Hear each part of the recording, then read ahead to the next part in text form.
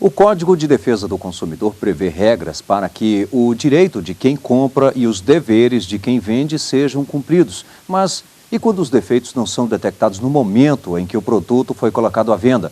E o que a legislação prevê quanto à responsabilidade do fabricante? O programa Academia desta semana discute o assunto com base na dissertação de Guilherme Heining, mestre pela Faculdade de Direito da Universidade de São Paulo, a USP. Guilherme é autor do estudo A Responsabilidade do Produtor pelos Riscos do Desenvolvimento.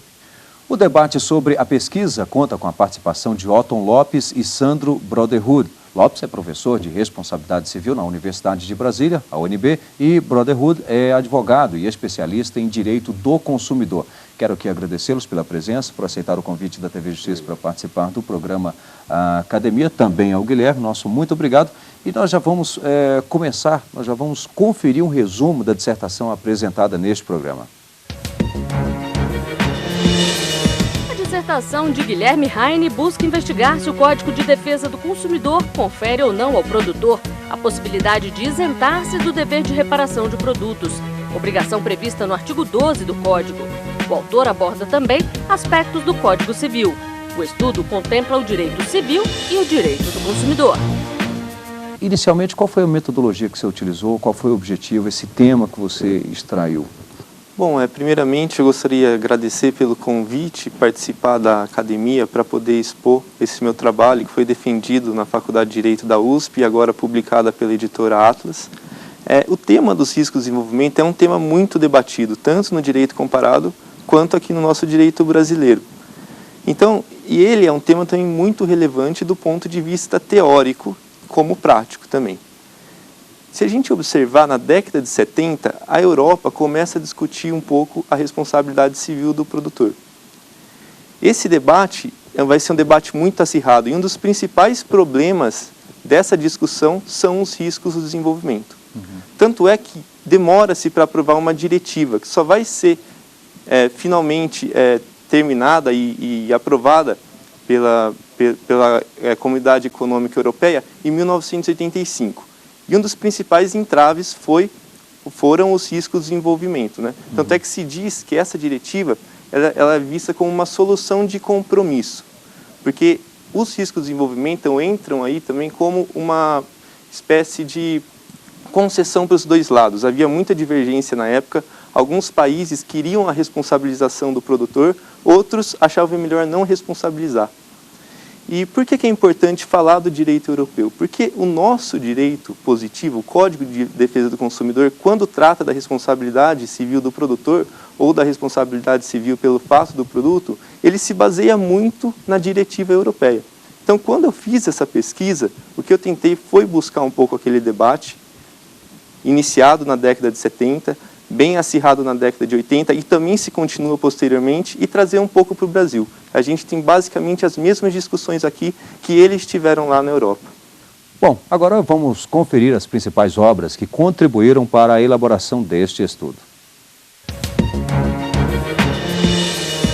Responsabilidade Civil do Produtor, de João Calvão da Silva, editora Almedina.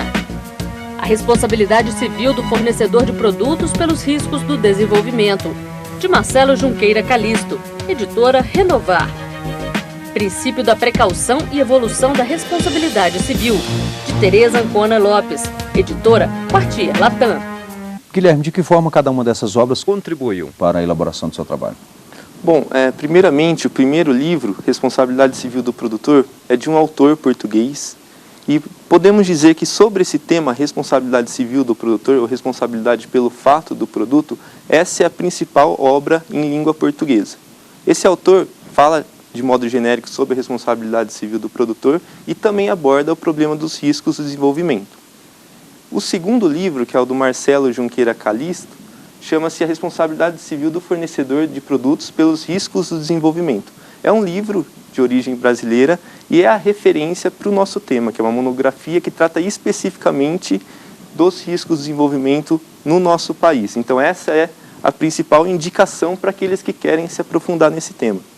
E a terceira indicação é o livro da professora Tereza Ancona Lopes, chama-se Princípio da Precaução e Evolução da Responsabilidade Civil. Esse livro ele já trata da responsabilidade civil de um modo mais genérico. E por que ele é importante? Porque ele traz uma nova perspectiva da responsabilidade civil genericamente e fala muito do princípio da precaução. E ele influenciou muito no meu trabalho em relação a algumas conclusões que eu cheguei no último capítulo. Então essa também é uma ótima indicação para a leitura.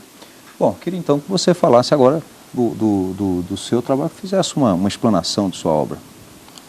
O meu trabalho, ele entra dentro do grande assunto da responsabilidade civil do produtor, também chamado de responsabilidade pelo fato do produto, é esse o termo utilizado pelo Código de Defesa do Consumidor. E o problema que ele vai abordar é a responsabilização ou não do produtor naqueles casos em que ele coloca no mercado um produto que é defeituoso, mas o que a gente chama de estado dos conhecimentos científicos e técnicos não é capaz de detectar. Então esse defeito desse produto ele existe, mas a ciência e a técnica não consegue detectar a existência desse defeito. E daí isso pode gerar danos aos consumidores e geralmente danos em termos catastróficos. O exemplo clássico de risco de desenvolvimento é o caso da talidomida. Talidomida foi desenvolvida na década de 50 na Alemanha. Era vista assim como uma promessa da indústria farmacêutica, porque acreditava-se na época que ele não causava nenhum efeito colateral. E foi muito utilizado. E muitas mulheres em gestação valeram-se da talidomida para tratar um pouco da questão do enjoo. Só que, posteriormente, foram nascendo algumas crianças com malformação, com os braços um pouco reduzidos e pernas, e na época não se sabia qual era a causa. Em 1961 foi identificado que seria a talidomida. Então não se sabia que aquele produto era um produto defeituoso, que era um produto perigoso. Isso só foi se revelar posteriormente e daí a caracterização dos riscos do desenvolvimento. Eu tentei fazer a seguinte abordagem no meu trabalho. Primeiro capítulo, eu explanei o que seria o problema dos riscos de desenvolvimento. Daí no segundo capítulo eu tentei explicar um pouco o que é a responsabilidade pelo fato do produto e tentar focar no principal elemento que é o defeito do produto, já preparando para a análise específica do tema.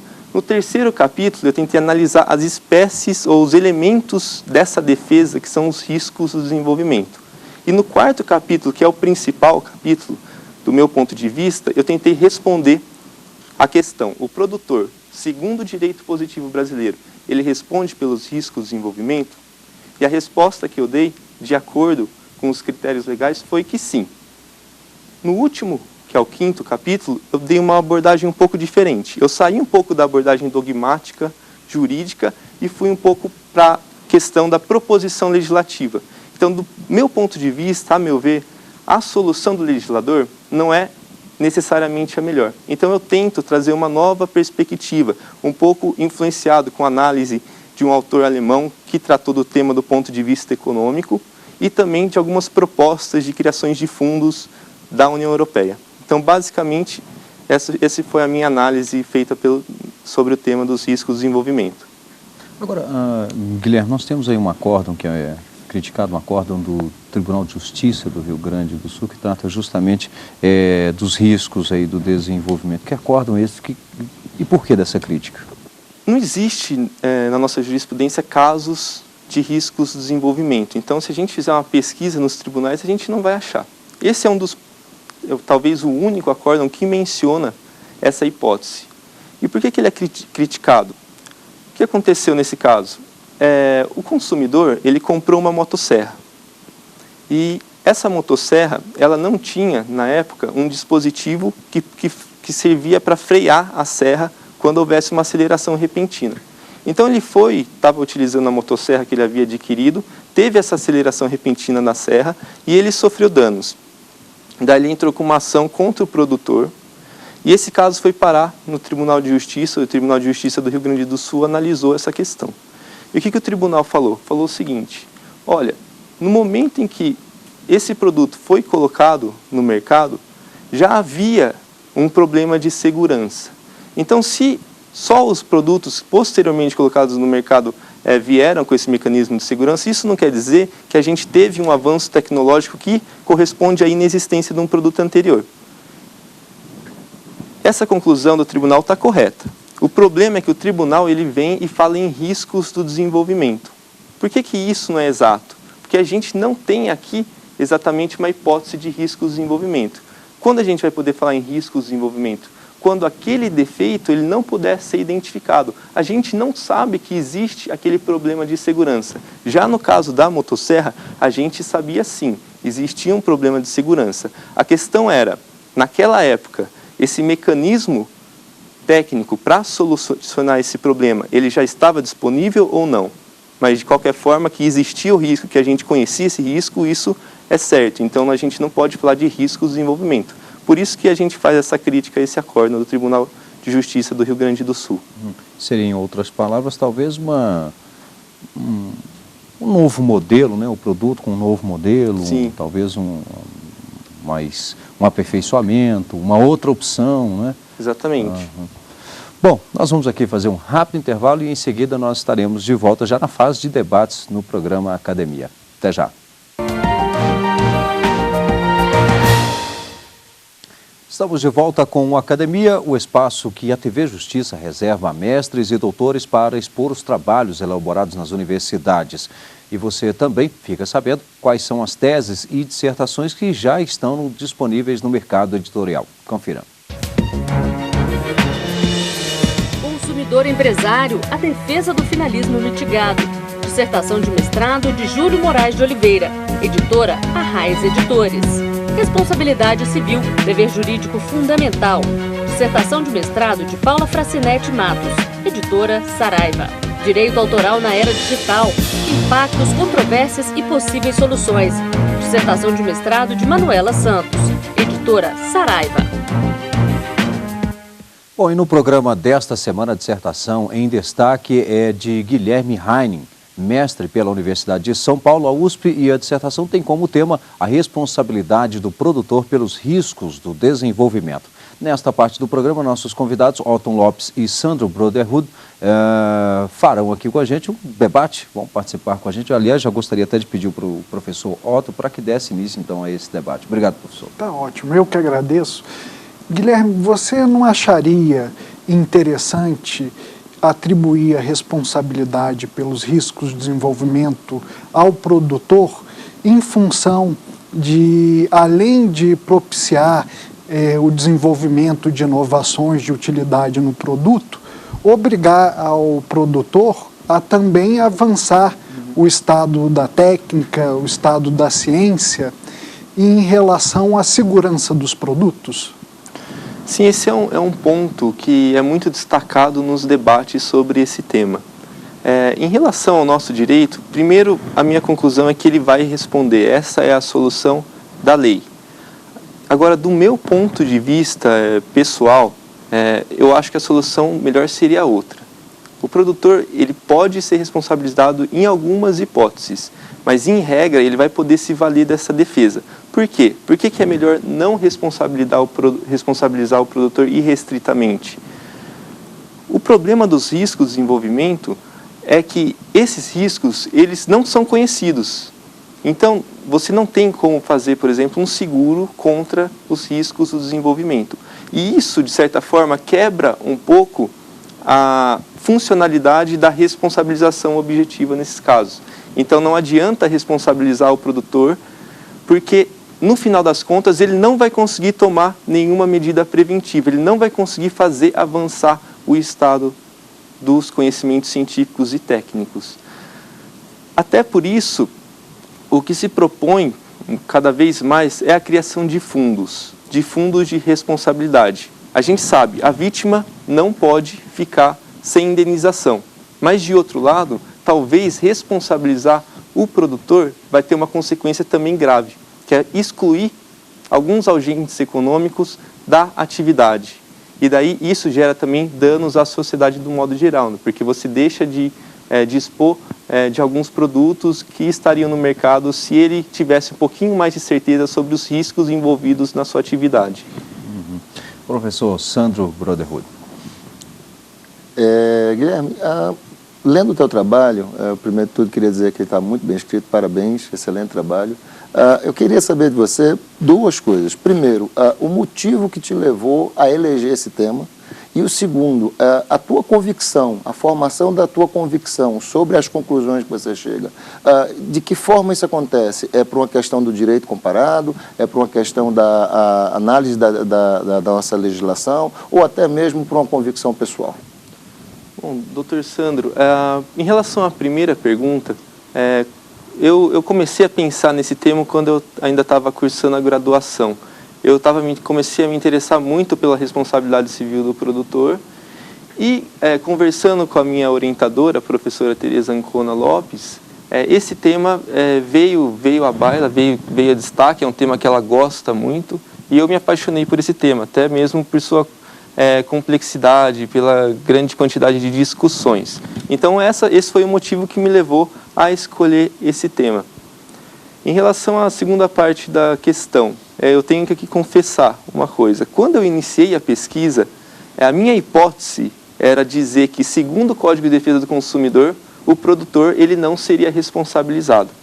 Só que eu tentei distinguir bem aquilo que eu pensava como, do ponto de vista econômico e social, e separado o aspecto científico dogmático. Então, do ponto de vista científico dogmático, especificamente jurídico, eu tive que chegar a uma outra conclusão. Analisando os elementos da responsabilidade civil do produtor, os elementos do artigo 12 do Código de Defesa do Consumidor, eu não posso chegar a outra conclusão, senão de que o produtor ele vai ser responsabilizado.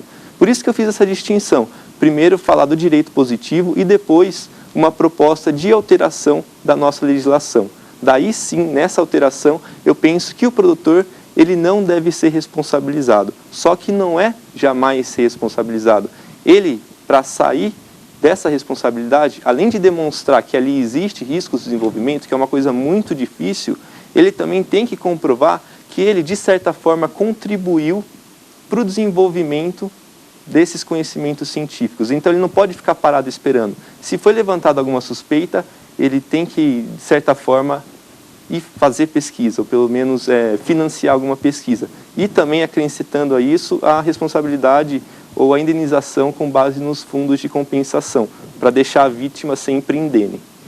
Bem, dando sequência aqui ao nosso debate, pedi ao professor Otton Lopes para que faça mais algum questionamento. Tá ótimo. Diante da teoria do risco, principalmente do risco criado, pela qual o produtor que retira lucros de uma atividade deve ser considerado responsável pelas suas consequências, e diante da teoria do risco-proveito, de que forma você explicaria essa irresponsabilidade do produtor que você defende a partir de fundos? Não, a questão da defesa que eu faço, no sentido de que o produtor ele não vai ser responsabilizado de forma irrestrita, ou seja, ele em algumas hipóteses ele vai ser responsabilizado sim. Mas essa defesa que eu faço é do ponto de vista político, de política legislativa. Então, depende de alteração da lei. Então, não é uma defesa que eu faço do ponto de vista jurídico. Em relação à teoria do risco criado, ela é uma teoria que ela explica algumas soluções legais, mas não necessariamente você vai ter que segui-la para adotar uma ou outra alternativa. O legislador, ele tem ele não necessariamente tem que... o legislador ele não adota teorias, ele impõe soluções. As teorias que vêm explicar essas soluções postas pelo legislador. Basicamente, esse é o meu ponto de vista. Bem, professor Sandro Broderwood, ele que inclusive foi membro, né, da comissão de Direito e Defesa do Consumidor da OABDF. Da OABDF, da seccional OABDF, 2010, 2012. 2010 e 2012. Mais algum questionamento? Outro questionamento também que me chamou bastante atenção dentro do teu trabalho, apesar de você utilizar a questão da talidomida como paradigma dentro da tua dissertação, eu gostei muito da questão dos hemoderivados antes da descoberta do vírus da AIDS, né? No teu entender, no teu sentir, e também em função da legislação, do debate que também aconteceu na Europa, imagino que a questão do HIV tenha sido debatido na Europa. Como compatibilizar isso, essa questão, já que a gente está realmente diante do fato, ou seja, não existia cientificamente a existência do vírus. Como é que você pode fazer isso? A questão do HIV é bem interessante, porque a gente tem uma evolução do ponto de vista das categorias jurídicas. Primeiro, a gente tem realmente riscos de desenvolvimento, porque a gente não sabia, na época, da própria existência desse vírus. Mas depois, mesmo depois que a gente descobriu, que a ciência descobriu esse vírus, ainda continuou o problema da contaminação. Por quê? Porque a gente não tinha ainda uma solução técnica para identificar nos produtos feitos com base no sangue a existência ou a presença ou não daquele vírus. Então, daí a gente sai dos riscos do desenvolvimento e pula para uma lacuna do desenvolvimento. E qual que é a diferença? Riscos do desenvolvimento é um problema relacionado à não identificação de risco ou daquela periculosidade. Já nas lacunas do desenvolvimento você tem outra coisa. Você sabe do risco, mas você não consegue solucioná-lo.